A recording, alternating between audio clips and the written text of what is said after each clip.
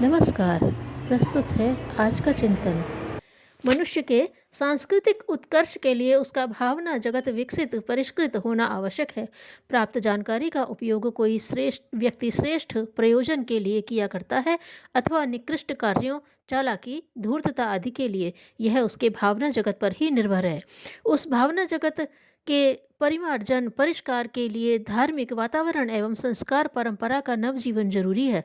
इन संस्कारों के शिक्षण के औपचारिक स्कूल नहीं बन सकते, अपितु इन्हें तो धार्मिक समारोह के रूप में ही प्रतिष्ठित करने में उचित लाभ संभावित है।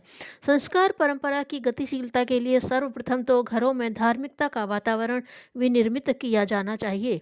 नई संकीर्णताओं के कारण धार्मिक चित्रों का घर में लगाना दकियानुसीपन मान लिया जाता है और सिने चित्रों के उत्तेजक दृश्य, नट नटनियों की अश्लील मुद्राओं वाले चित्र घर में टांगना आधुनिकता समझा जाता है।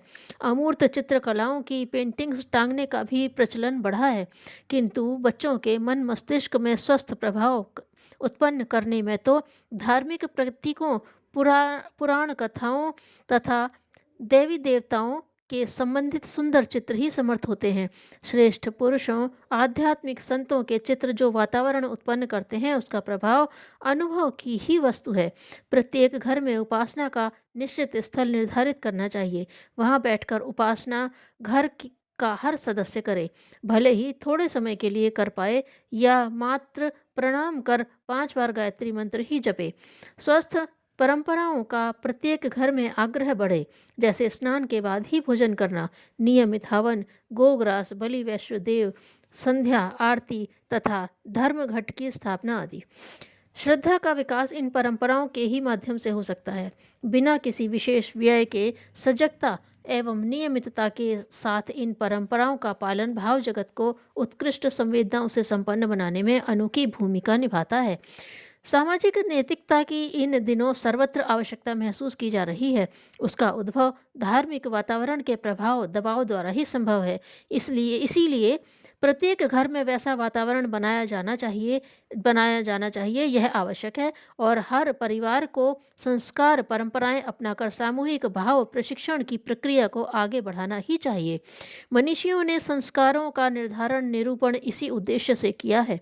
षोडश संस्कारों में 10 प्रधान हैं। उनमें से 5 ऐसे हैं जिन्हें बिना पंडित पुरोहितों की सहायता से महिलाएं भी बहुत अच्छी तरह से घरेलू उत्सवों के रूप में खुद ही संपन्न कर सकती हैं।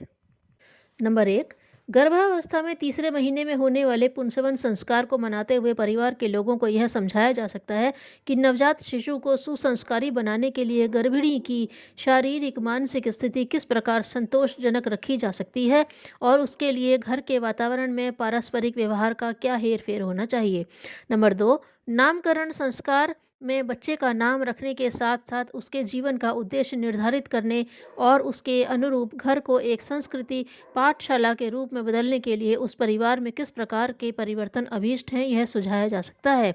नंबर 3, अन्नप्राशन संस्कार यों होता तो बच्चे का है और उसमें प्रधानतया बच्चे के आहार विहार के संबंध में बरती जाने योग्य सतर्कताओं की जानकारी दी जाती है, पर वस्तुतः सारे घर के आहार विहार की चर्चा की गुंजाइश उसमें रहती है। हम प्रायः अखाद्य खाने और अपेय पीते हैं, उससे पूरे परिवार का स्वास्थ्य नष्ट होता है। इस प्रसंग में अनीति उपार्जन से पेट भरने के क्या दुष्परिणाम होते हैं, इस तथ्य को भी प्रतिपादित करने का अवसर प्राप्त होता है। नंबर 4, मुंडन संस्कार में बच्चे का मानसिक विकास करने की प्रेरणा मुख्य है। जन्मजात पशु संस्कारों के प्रतीक आरंभिक बाल काट कर उनके स्थान पर संस्कृति की प्रतीक शिखा स्थापित की जाती है। मस्तिष्क पर आदर्शवादी मान्यताओं का अधिकार सिद्ध करने वाली यह धर्म ध्वजा फहराई जाती है। मुंडन के समय यह समझाया जा सकता है कि बच्चे का ही नहीं सारे परिवार का मानसिक विकास आवश्यक है और उस महान उपलब्धि के लिए किस प्रकार का चिंतन और कर्तव्य होना चाहिए। नंबर 5, विद्यारंभ संस्कार में विद्या की आवश्यकता, उपयोगिता एवं सही दिशा के संबंध में घर के हर सदस्य को जानकारी मिलती है और यह बताया जाता है कि ज्ञान संपदा के अभिवर्धन में परिवार के हर सदस्य का पूरा उत्साह और अनवरत प्रयत्न बना रहना चाहिए। निरोगिता और समृद्धि की तरह ही विद्या संपदा पर भी ध्यान दिया जाना चाहिए और इसके लिए क्या कैसे किया जाना चाहिए, किन नियमों का पालन करना चाहिए, यह जानकारी इस संस्कार का अंग है।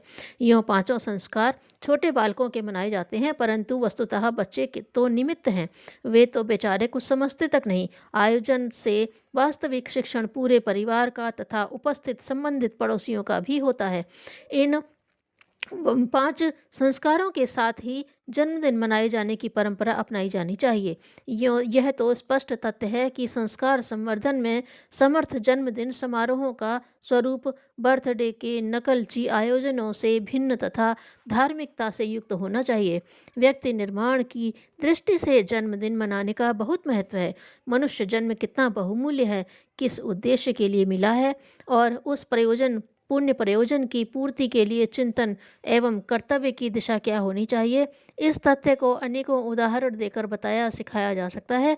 और जिसका जन्मदिन है उसे प्रेरणा दी जा सकती है कि वह अपना दुर्लभ जीवन सार्थक करने के लिए अपनी वर्तमान गतिविधियों में क्या हेरफेर कर सकता है। यह व्यक्ति निर्माण की शिक्षा है, जिससे सभी उपस्थित लोग भी अपने अपने लिए प्रेरणा ग्रहण कर सकते हैं। आयोजनों को प्रभावशाली बनाने के फेर में उन्हें खर्चीला भड़कीला बना डालने पर उनकी प्रभाव व उत्पादकता नष्ट हो जाती है। अतः संस्कार एवं जन्मदिन समारोहों में भावनात्मक उभार पर ही ध्यान केंद्रित किया जाना चाहिए। उसके लिए सादे गंभीरता पूर्ण भावोल्लास भरे आयोजन ही उचित हैं, जिनमें औपचारिकता के स्थान पर भावनात्मक सामीप्य को महत्व दिया जाए। ये सभी संस्कार आयोजन ऐसे हैं जिन्हें महिलाएं ही मिलजुल कर मना सकती हैं। हवन, कर्म कांड आदि के मंत्र एवं विधान भी सरल हैं, जिन्हें शिक्षित महिलाएं कुछ ही दिनों के प्रयत्न से बहुत अच्छी तरह सीख सकती हैं। ये आयोजन कम खर्च में बड़े ही आकर्षण ढंग से मनाया जा सकता है। संस्कार समारोहों का धार्मिक वातावरण द्वारा मानवीय अवचेतन पर अंकुश रखने वाले सुपर ईगो की उदात्त नैतिक चेतना की प्रतिष्ठा सरलता से की जा सकती है। अतः इन्हें प्रत्येक परिवार में अनिवार्य स्थान दिया जाना आवश्यक है। इनके नवजीवन द्वारा न केवल व्यक्ति चित्त अपितु समूह चित्त का भी परिशोधन संभव है। इस दिशा में बढ़ चढ़कर प्रयत्न करना चाहिए। एक बार पत्रकारों की गोष्ठी में बापू राजनीतिक प्रसंगों का उत्तर दे रहे थे।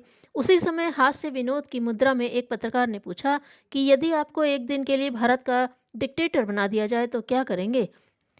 बापू ने कहा, मैं सभी विचारशील व्यक्तियों और सरकारी कर्मचारियों की सफाई में जुटा दूंगा। सफाई ही सुव्यवस्था है। इसका जब तक महत्व न समझा जाएगा तब तक किसी व्यक्ति या देश की वास्तविक उन्नति होना असंभव है। धन्यवाद।